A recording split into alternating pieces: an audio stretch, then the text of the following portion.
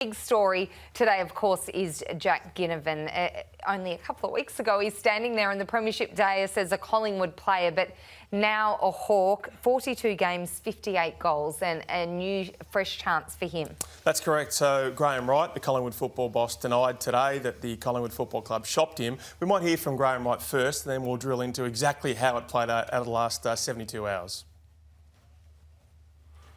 That's a bit harsh to say dispensable. I mean, he's a contracted player, he's a premiership player, he's 20 years old, so we're pretty clear that we saw it that way. So, as I said, it was Jack's decision to look elsewhere, and in the end, we appreciate that, we accept it, and we move on. A little bit surprised yesterday afternoon, but as I said, I think we're all professional. We don't take it personally. I mean, Jack, as I said, is a premiership player and will be a premiership player at Collingwood forever. So we wish him well and hope it goes well at Hawthorn, and he's going to a good club. So Craig McRae told Jack to read the room after the Moonee Valley escapades. It was put to me today. That's exactly what he did.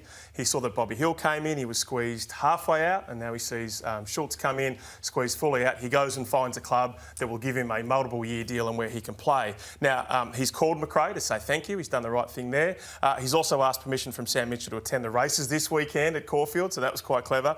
How did it play out? Collingwood absolutely emphatic. We did not shop him around across the weekend at all. His camp were adamant that's exactly what happened in the last couple of days, and there are independent clubs that would say yes, he was. They were told that he was made available. So it was up to the Ginnivan camp then to find him a new home. The Hawks jumped in a heartbeat. Now, he arrived back from Bali on Monday night. He met his childhood hero, Sam Mitchell, on Tuesday. He got that deal for as long as 4 years. The expectation is he takes his number 33 jumper and plays there with that. He reads the play. There was a chasm at Hawthorn with their goals this year. Bruce, 47, Mitch Lewis, 36, and then Dylan Moore, 17, and then some other players in the teens. At the very least, he kicks you 30 goals. He's a plug-and-play player. I think it's a smart move for him, even though there's going to be some gnashing of teeth about exactly how it played out. Yeah, so there's conflicting reports, isn't there? I mean, I'm sure the thing is, if Collingwood wanted to keep him, they could have. So they're obviously happy for him, whatever context, to let him go. And they've probably, to be fair, seen some red flags with him. Because if you're a high-end talent and you have some troubles, you want to keep these players. I mean, they did it with Jaden Stevenson only a few years ago. So I think it's a pretty ruthless call by Collingwood. I don't mind it.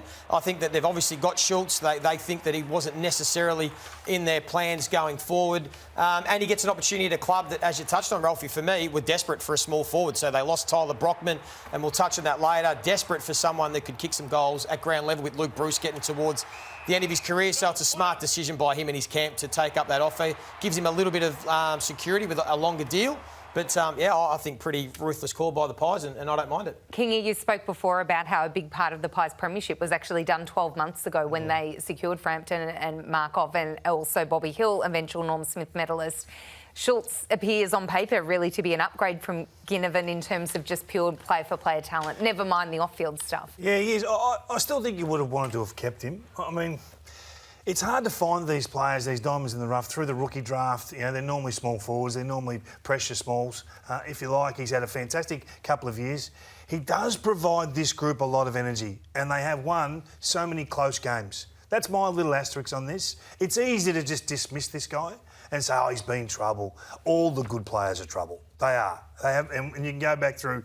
You can actually sit down Hall of Fame night and pick off the tables, Joey, and say he was trouble, he was trouble, and we're clapping them when they get inducted. He hasn't read the room. He made a significant mistake the grand final eve, and I'm just not sure where that's at with the coach. I still feel like, and Craig will never say, he'll never tell us that it was a problem, but I think given what he was going through that night with the birth of his young daughter, had he been aware of the full circumstance, I wouldn't have put it past him to have said, listen, you know what, I'm playing Johnny Noble instead. You've lacked professionalism in the greatest moment for our club for some time. This is big. And I think he's felt the repercussions of that in the aftermath. Terrific that he's got to a new club. Terrific he's got a long-term deal. I think Hawthorn done really well. It's a steal for them. I like this guy. I like the way he plays, but he's got to be more back page, less front page. So the Pies upgrade from pick 39 to 33. They swap future second rounders and their future fourth with the Hawks' future fourth. So on current ladder positions, that's about pick 21. But if Collingwood don't win the flag, say they finish fifth, and Hawthorn bounce like they potentially might, we'll talk about some of their additions, it's a pretty modest selection for them. So you would say, why didn't Collingwood keep him? well, it was a trade request. They didn't fight very hard for him. So I think that's the one thing that makes me believe that, yeah, he was on the table to a certain extent. You know, from him meeting with Sam Mitchell on a Tuesday afternoon to him being traded tomorrow morning, in a heartbeat, that deal got done. So Collingwood didn't fight very hard for Jack Ginnivan. I think because of what you talked about, that's true. Yeah, they couldn't press for a hard bargain, and I'm still not sold on Jack Ginnivan, how elite he's going to be as a player, because I know he came out of the blocks last year. He kicked 19 goals in his first 7 or 8 games and won the Anzac Day medal. But from that point, he's been about a goal a game. He's a very low pressure player.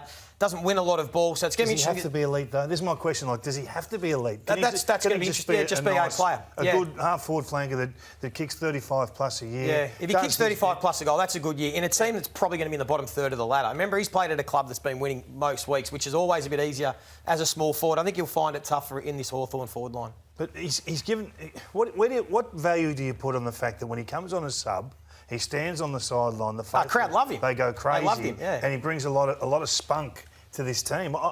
It's a very hard one to put a weighting on. I know that Robert Walls used to have a saying that dumb players, fools get you sacked.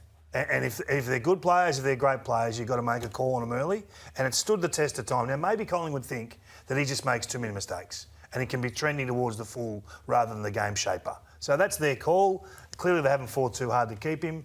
They're a pretty ruthless football club, the Collingwood Footy Club, and they're in it for the now.